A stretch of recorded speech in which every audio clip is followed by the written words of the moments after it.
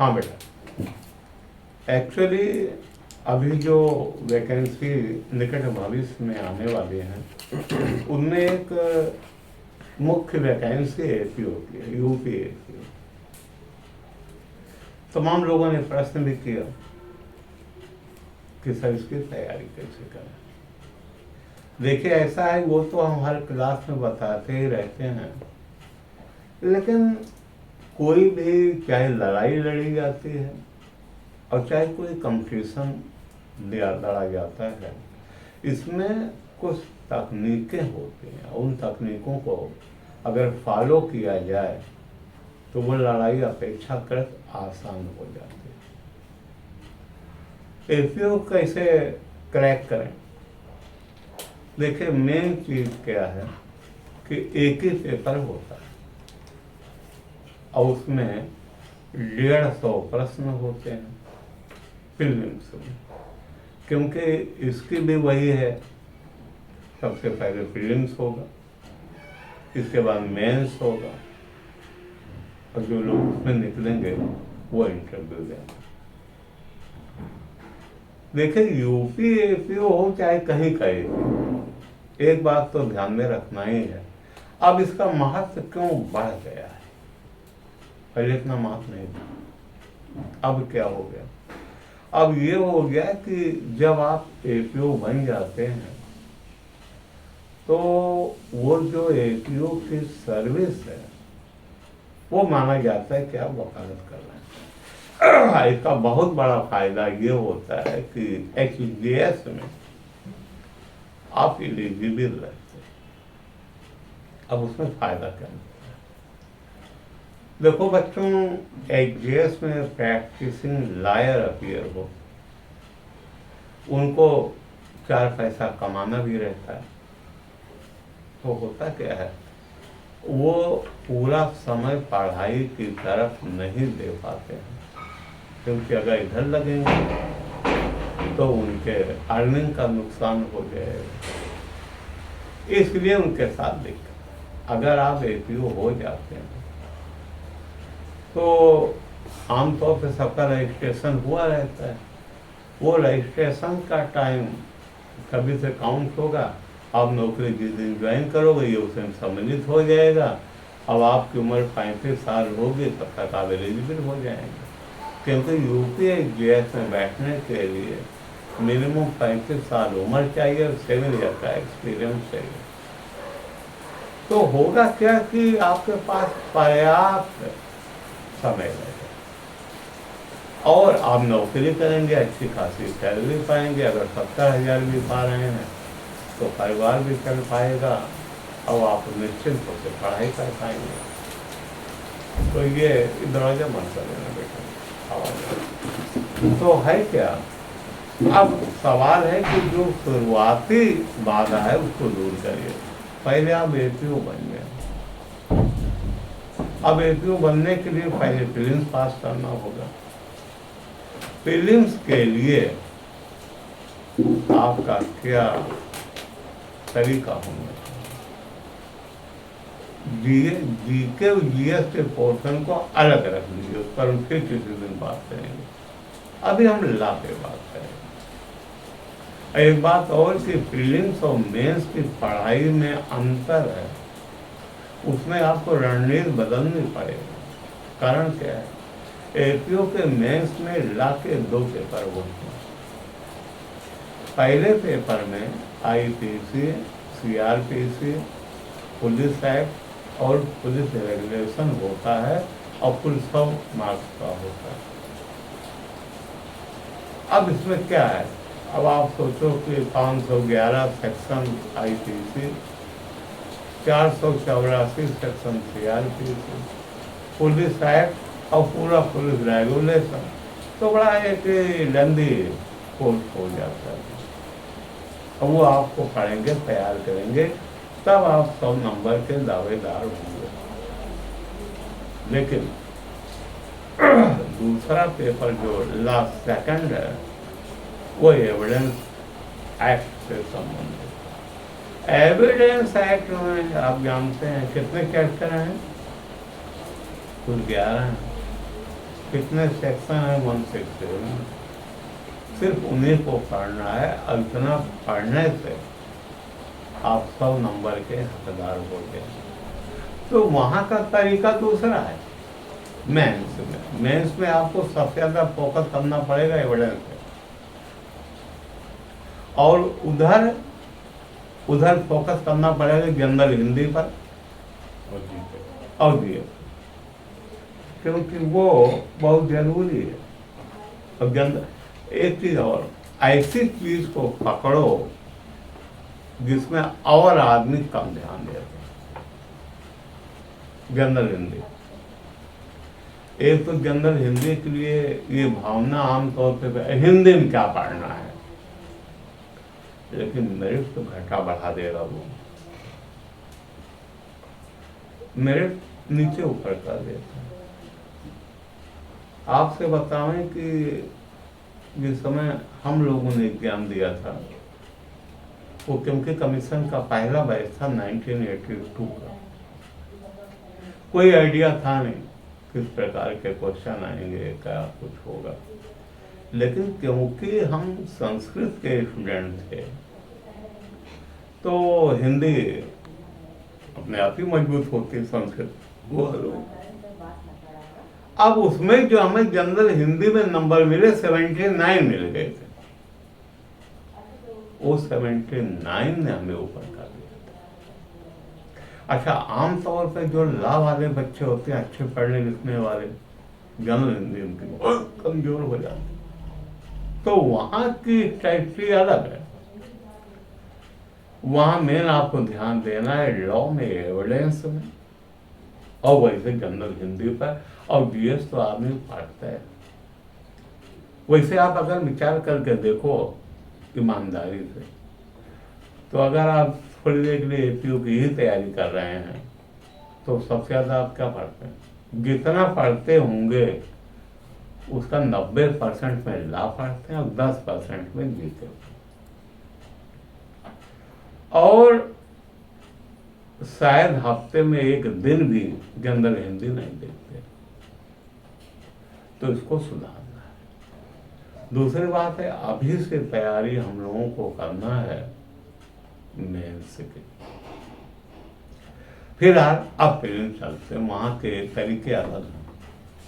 अब 100 नंबर में जो लॉ के क्वेश्चन आते हैं उसमें 35 प्रश्न आते हैं आईपीसी से, 35, 25 आते हैं एविडेंस और 25 आते हैं सीआरपी से, और 15 क्वेश्चन आते हैं पुलिस एक्ट और रेगुलेशन। कभी कभी ये प्रश्न उठता है कि पुलिस एक्ट और रेगुलेशन से क्या लेना देना? लेना देना है क्या है कि वो जो पुलिस रेगुलेशन है वो पुलिस वालों के कार्य पद्धति को रेगुलेट करता है। अब आप जहां भी रहेंगे उनके फाइलें देखेंगे, जगह जगह आपके व्याख्यान होंगे उनके ऊपर, तो उसे जरूरी है। अब वहां क्या नीति अपनानी पड़ेगी? वहां ये नीति अपनानी पड़ेगी कि पुलिस एक्ट और रेगुलेशन एक ऐसी सब्जेक्ट है जिसे आम बच्चे उतना तवज्जो नहीं देते और न कोई टीचर पढ़ाता है। आप उसी को पकड़ लीजिए, आप उसको पकड़ लीजिए, और वो 15 सवाल में से आपको 13 सवाल सही करना है। पहली चीज कहाँ ध्यान देना है उस पर, और दूसरी चीज आईपीसी। आईपीसी पे 35 सवाल आएंगे। अरे ध्यान देना बेटा, 35 में से 15 सवाल आ जाएंगे 120 बी के पहले। 120 बी आईपीसी तक कम से कम 15 नहीं, वो 20 भी हो सकते हैं। अब उस 120 बी के पहले में क्या पढ़ना है उसमें ध्यान दें। क्योंकि जो भी एपीओ में, खासतौर से यूपी की बात मैं कर रहा हूँ, जो क्वेश्चन आते हैं उसमें एक तो सेक्शन वाइज आया। अब उन्होंने कहा वेरिएबल सिक्योरिटी कहाँ डिफाइंड है, आपको बताना, ऑप्शन दे देंगे 29, 30, 31, 32, and you have to pick out the correct answer. दूसरी बात, पब्लिक सर्वेंट, सेक्शन 21। तीसरी बात, सेक्शन 10 में क्या है, मैन वुमेन। आप ध्यान दीजिएगा बेटा, मैन वुमेन का जिक्र state of Punjab versus major Singh में सुप्रीम कोर्ट ने किया। Major Singh state of Punjab versus major Singh, AIR 1963, supreme court, page number 67 में आया। वो आपको मालूम है फैक्ट उसके कि बहुत छोटे बच्चे थे और डिफेंस का ये कहना था कि वो कहाँ वुमेन की कैटेगरी में आएगा, did not understand that या and does not लेकिन have उसका सुप्रीम कोर्ट ने यही कहा कि धारा 10 को देखें, और किसी भी उम्र की कोई फीमेल है तो वुमेन है, किसी भी उम्र का कोई मेल है तो मेल है, और कन्विंस किया मेजर से, वो भी आपको देखना। और आएंगे जब आप बीच में, पब्लिक सर्वेंट है, डिसऑनेस्टी है, कहाँ है, 24 24 में, प्रेसिडेंट 25 अब एक चीज बेटा और ध्यान देना कि वो कौन सा मुकदमा है जिसमें दोनों में अंतर बताया गया है, डिसऑनेस्टी और फ्रॉडुलेंट। दिल्ली सुप्रीम कोर्ट का केस है। सर फैक्ट याद आ रहा है, केस नहीं याद आ रहा है नाम, वो कौन जो से? इंश्योरेंस वाला जो रहता है, कार इंश्योरेंस, अभी बता देंगे। डॉक्टर मित्तल। नहीं मित्तल नहीं। तो फिर अब उस मुकदमे को ध्यान रखना। उसी तरह जैसे कॉमन इंटेंशन और common object, Nanak Chand versus state of Punjab, Nanak Chand versus state of Punjab में डिफरेंस बताया गया है, ये आपको याद रखना। इसके बाद बेटा और ध्यान देना है, section number 32, 33, act and omission. The word act includes omission. अगर ऐसा ना होता तो जहाँ एक्ट लिखा है और बाई ओमिशन, इलीगल ओमिशन कोई अपराध होता है, वो अपराध की कैटेगरी में ना आ पाता, ये ध्यान में रखना। इसके बाद आप जानते हैं सेक्शन नंबर 34, कॉमन इंटेंशन, बहुत बड़ा फैक्टर है किसी भी एग्जाम के लिए, वो APS लेके हाई जुडिशियल तक आता है। बहुत सरल भाषा में समझिए, बहुत आसानी से उसे मन में रखिए, पहले शब्दों पर ना जाइए, लैंग्वेज पे ना जाइए, पहले उसका मतलब दिमाग में रखिए। जब 2 या 2 से ज्यादा आदमी हो, कोई क्रिमिनल है और कोई क्रिमिनल एक्ट करें, और ऐसा क्रिमिनल एक्ट उन सभी के कॉमन इंटेंशन के फर्दरेंस में किया गया। कुल 3 ही चीज तो याद रखना है, आदमी 2 या 2 से ज्यादा, ध्यान रखना 4 ज्यादा ना होने पाए,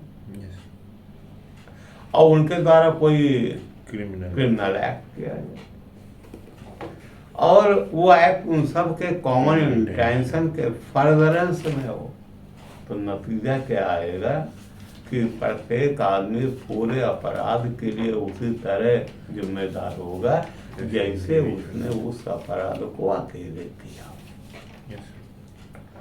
इसके बाद बेटा इस पर 3 मुकदमों को तो भूलने की कोई गुंजाइश ही नहीं है। पहला है बरेंद्र कुमार घोष बनाम Emperor. Emperor AIR 1925. 25 Privy privy Council, council one. Page number 1 judgement किसका है? Lord Sumner. Lord Sumner. दूसरा मुकदमा बेटा क्या है? महबूब Shah versus Mehboob Sahab versus king emperor AIR 1945. 1945 privy council page number 118. 118 judgement किसका है? माधवन नायर. माधवन नायर साहब। अब ये मुकदमा किस लिए जाना जाता है? Indus water river case. नहीं। Indus river case. ये जाना जाता है for distinction between Common intention and similar intention. And similar intention. Yes sir. और तीसरा मुकदमा फिर 1955 का है सुप्रीम कोर्ट ऋषि का। Dev Pandey. Rishi Dev Pandey versus state of Uttar Pradesh AIR 1955 supreme court page number 331। एक तरह के क्वेश्चन जो और पूछे जाते हैं उनका उदाहरण मैं आपको बता दे रहा हूँ। इससे Virendra Kumar Ghosh versus king emperor के मुकदमे का दूसरा नाम क्या है? Postmaster. Postmaster murder case. और तीसरा नाम क्या है? Shankari Tola post office case. वो 3 मुकदमे उन्हीं के नाम है। शंकरी. ये आपका जो महबूब शाह वाला केस, Indus water. ये इंडस रिवर केस के नाम से भी जाना जाता है। एक तीसरी चीज लगे हाथ आपको और जानना चाहिए। जहां तक प्रश्न है सिमिलर इंटेंशन, अगर सिमिलर इंटेंशन की बात शुरू हो जाती तो जिस आदमी ने जो एक्ट किया है उसी के लिए वही रेस्पॉन्सिबल होगा, दूसरा नहीं। Yes sir. लेकिन अगर कॉमन इंटेंशन के तहत ये कार्य हुआ है तो प्रत्येक आदमी पूरे अपराध के लिए उसी प्रकार जिम्मेदार होगा जैसे उसने वह अपराध अकेले किया। कोई बात नहीं, आगे चलते हैं। बेटा जो चीज एकदम से अनायास पूछ लेते हैं वो है सेक्शन नंबर 39 Voluntarily. वॉलेंटारी। इसमें आपको इतना नहीं छोड़ देना, ये जानना है कि वॉलेंटरी में क्या क्या चीज होना चाहिए। आइदर इंटेंशन और reason to Reason to believe. Believe, इन दोनों में से अगर कुछ होगा तब वो वॉलेंटरी की डेफिनेशन में आए। इसके बाद बेटा स्पेशल लॉ और लोकल 41 एंड 42. Yes sir. इसके बाद बहुत जरूरी सेक्शन है 44 इंजरी। इंजरी में कितने? 3 तरह की इंजरी। 4। चार तरह है. की। Mind, body, Mind, body, reputation, property. और किस मुकदमे में इसका जिक्र सुप्रीम कोर्ट ने किया था? चंद्रकला बनाम राम किशन, इस मुकदमे में सुप्रीम कोर्ट ने इसका जिक्र किया था। ये वही है स्कूल प्रिंसिपल वाला, लेडी टीचर वाला। इसके बाद अक्सर पूछ लेते हैं डेथ 46. और इसके बाद बेटा Good फिर वो faith. पूछते हैं गुड फेथ। 52 में से. एक आध बार मैंने देखा है सेक्शन पूछ लिया। Yes sir. सेक्शन किसने? किसका? सेक्शन कहाँ डिफाइन है? 52. नहीं अच्छा सेक्शन कहाँ? 50. 50. और 52 है। हार्बरिंग. इसके बाद भागी 53, पनिशमेंट. 57। कम्युनिकेशन. ये चीजें आपको याद। इसके बाद 73 and solitary confinement. Solitary confinement months पूछ लेते हैं. हाँ। देन आफ्टर वो जो आपका पोर्शन है जनरल एक्सेप्शन वाला 76 से. 76 से 79 है मिस्टेक ऑफ फैक्ट। इसमें एक चीज ध्यान देना बेटा कि 76 में बाउंड बाई लॉ, 79 में जस्टिफाइड बाई लॉ। 77 जज और मजिस्ट्रेट को छूट है यस सर और 78 जल्लाद की Hangman. धारा है। याद हो जाएगा। 80 accident, accident in while doing a lawful act 81 act of necessity. Necessity ये ध्यान रखना कि नेसेसिटी का 81 सिद्धांत धारा 81 और जिस पर दो के मेन मुकदमा कौन है? R versus Gadley and others. 1884। Yes sir और उसमें एक चीज और है, बड़ी हान को बचाने के लिए छोटी हान कारिश किया जाना। ये और विशंबर विशंबर और विशंबर बनाम रूमल मुकदमा। यस सर 81 पर इसके बाद बेटा 82 इनफेंसी है, 84 इंसैनिटी है, Insanity, 85 इंटॉक्सिकेशन है। वहाँ से फिर शुरू हो जाता है कंसेंट Consent. और उसमें इम्पॉर्टेंट है 92 and 93। Communication 93 communication In good faith. Shall be held not like it. तो 21 मिनट हैं? 21 अच्छा पार्ट में करना पड़ेगा।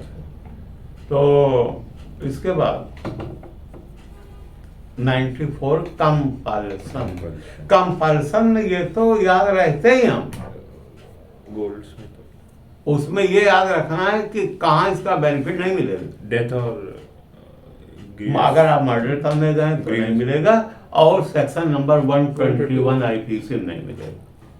यस उसे अलग से कर उनके शब्दों पे ना जाओ, सेक्शन नंबर 121 को याद। यस फिर 95 ट्राइबलिटी है, 96 से लेकर 106 है 99 हाँ 100 103 एंड 106 सो और उसके मुकदमों के याद रखना। फिर अबेटमेंट में भी बहुत ज़्यादा नहीं पढ़ना है। 114 107 109 111 113 114 और फिर 120 ए और 120 बी। क्रिमिनल कॉन्स्पिरेसी ये है 120 बी तक।